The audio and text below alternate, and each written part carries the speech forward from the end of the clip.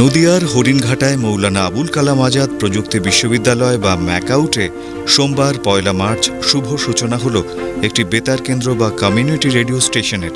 ম্যাকআউটের হরিণঘাটা ক্যাম্পাসকে কেন্দ্র করে ১৫ কিলোমিটার ব্যাসার্ধের মধ্যে থাকা সমস্ত বাসিন্দারাই এই রেডিও স্টেশন FM 90.0 মেগাহার্টজের প্রোগ্রাম শুনতে পারবেন। মূলত বিশ্ববিদ্যালয় ও পার্শ্ববর্তী অঞ্চলের ছাত্রছাত্রীদের ও এলাকার মানুষদের নানা শিক্ষামূলক বিষয়ে অবহিত করতেই তৈরি হয়েছে এই কমিউনিটি রেডিও স্টেশন। এই বেতার কেন্দ্রের উদ্বোধন করেন রাজ্যসভার সদস্য অধ্যাপক প্রদীপ ভট্টাচার্য। তাঁর সংসদ তহবিলের আর্থিক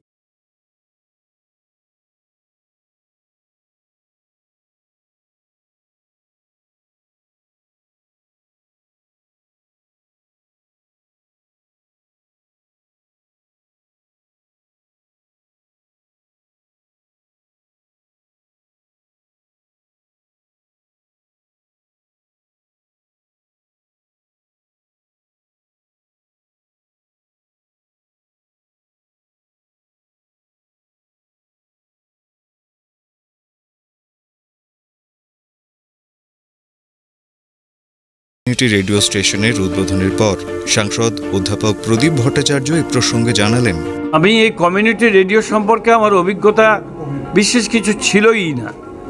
আমি যেটা দেখেছি সেটা হচ্ছে বড় বড় বিজনেসম্যানদের আমি দেখেছি, তারা রেডিও মারফত কথাবার্তা বলে, গাড়িতে যেতে যেতে বলে, বা একটা শপ থেকে আরেকটা শপের সঙ্গে কন্ট্যাক্ট করে, এগুলো আমি দেখেছি, ঘুরতে গিয়ে দেখেছি।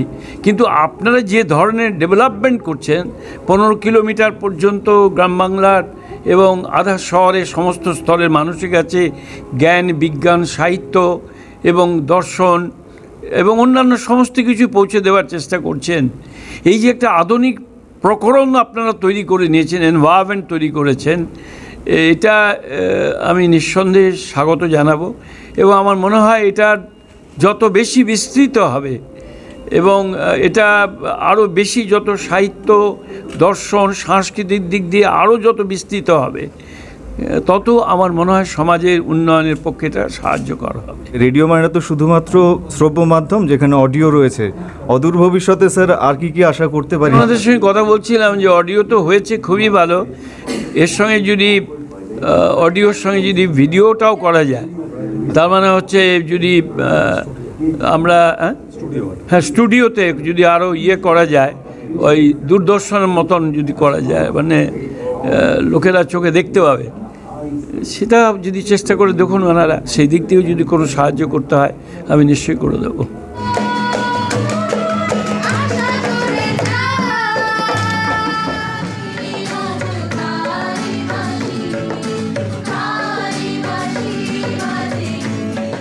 রেডিও ম্যাকআউটের উদ্বোধনের দিনে সম্প্রচারিত হয় একটি লাইভ টক শো। এই লাইভ প্রোগ্রামে ম্যাকআউটের মাননীয় উপাচার্য অধ্যাপক সৈকত মৈত্র প্রবীণ সাংবাদিক ও শিক্ষক ডক্টর দেবদূত ঘোষ ঠাকুরকে দেওয়া তাঁর সাক্ষাৎকারে জানালেন, প্রযুক্তি ও বিজ্ঞানকে সঙ্গে নিয়ে একটি কমিউনিটি রেডিও ছাত্রছাত্রী ও সমাজের কাছে কতটা গ্রহণীয় হয়ে উঠতে পারে আমরাই তা দেখিয়েছি। এই রেডিও স্টেশন সম্পর্কে উপাচার্য অধ্যাপক সৈকত মৈত্র আরও জানালেন, আমার তো খুবই ভালো লাগছে, কারণ এটা প্রথমে আমরা চিন্তা করেছিলাম, তারপরে প্রদীপবাবুর কাছে গিয়েছিলাম, উনি স্যাংশন করেছেন এবং তারপরে আমরা যে করতে পেরেছি, এটা একটা অত্যন্ত আনন্দের বিষয়। আমাদের যারা কাজ করছেন দক্ষতার সঙ্গে কাজ করে এটাকে এই যে পরিকাঠামো তৈরি করা, অনুষ্ঠান চালানো, এটা প্রত্যেকেই ধন্যবাদ পাবে, অভিনন্দন পাওয়ার যোগ্য। আরও ভালো করে কাজ করতে হবে, আরও ভালো করে আমাদের যে এখানে বিশ্ববিদ্যালয়ে তার কর্মকাণ্ড তুলে ধরতে হবে, ছেলে মেয়েদের উপকার করতে হবে, ছাত্রছাত্রীদের, সমাজের যে অন্যান্য মানুষ তাদের উপকার করতে হবে। বিশ্ববিদ্যালয়ের নিবন্ধক ডক্টর পার্থপ্রতিম লাহিড়ী জানালেন একেবারে শুরুর দিনগুলির কথা ও তার এদিনের অনুভূতি। ভালো লাগছে। আমি আগের বিশ্ববিদ্যালয়ে ছিলাম, সেখানেও রেডিও যেহেতু চালু হয়েছিল, তখন ওখানে অবশ্য প্রথম যখন অ্যাপ্লাই করতে হতো, ওখানে তখন পোর্টাল ছিল না, পোর্টাল সিস্টেম ছিল না, তখন অ্যাপ্লিকেশন নিয়ে সাথে করে টাকা পয়সা নিয়ে ড্রাফট নিয়ে দিল্লিতে গিয়ে জমা দিয়ে আসতে হতো। প্রথম হচ্ছে ফ্রিকোয়েন্সিটা অ্যালোকেশন, আর দ্বিতীয় হচ্ছে লাইসেন্সটা পাওয়ার জন্য। তারপর স্টুডিও হার্ডওয়্যার সমস্ত সেট আপ করার পর তারপর ওরা ফাইনাল পারমিশন দিত। এখানে আমাদের সুবিধা আছে যে এয়ারপোর্ট থেকে অনেকটা দূরে হওয়ায় এই উচ্চতা নিয়ে কোনো সমস্যা হয়নি। তাহলে এয়ারপোর্ট দূরে থাকলে, আর বিশেষ করে পুলিশ, এই দুটোর সাথে সিগন্যাল যদি ইন্টারফেয়ার করে তাহলে অনেক অবজেকশন আসে, সেটা নেই। আমি বিশেষভাবে ধন্যবাদ জানাতে চাই আমার সহকর্মীরা যারা আমার সাথে কাজ করেছেন, যারা সাহায্য করেছেন, বিশেষত আমাদের অ্যাসিস্ট্যান্ট রেজিস্ট্রার অনুপ কুমার মুখার্জি। সেই সময়টা পুরোটাই লকডাউন পিরিয়ড ছিল। সেই পিরিয়ডের মধ্যে কারণ প্রচুর ডকুমেন্টেশন এবং সমস্ত ডকুমেন্টেশনটা আপলোড করতে হয়। তাছাড়াও ব্রতটি ওরাও সাহায্য করেছেন। তার সাথে উপাচার্যর তো সবসময় সহযোগিতা আছেই। আমাদের ইসি মেম্বার যারা তারা সাহায্য করেছেন, তাদের সমস্ত রকম বায়োডেটা, তাদের ডিটেলস দিয়ে আমাদের হেল্প করেছেন।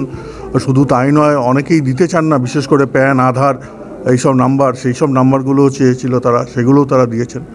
সবাইকে ধন্যবাদ জানাই, বিশ্ববিদ্যালয়ের পুরো কমিউনিটিকে ধন্যবাদ জানাই।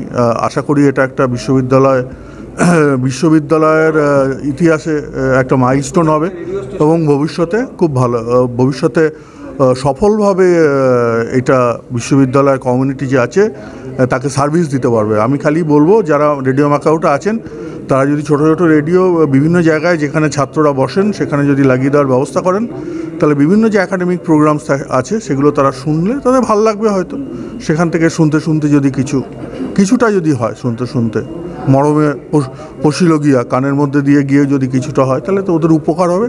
ছাত্রছাত্রীদের জন্যই তো সব কিছু, তার সাথে যদি আশেপাশের কমিউনিটি উপকৃত হয় তাহলে খুব ভালো লাগবে। সাংসদ অধ্যাপক প্রদীপ ভট্টাচার্য শোনালেন আরও এক আশার কথা। কি সেই আশার কথা?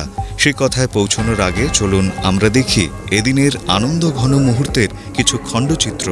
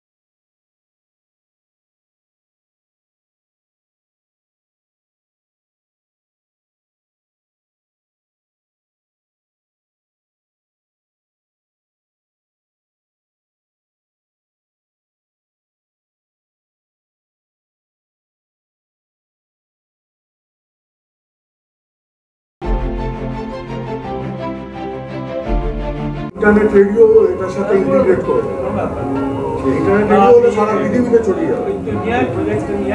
স্যাটেলাইট প্রজেক্টটা নিয়ে চলে ঠিক আছে, এই দিন মার্চের মধ্যে থ্যাংক ইউ।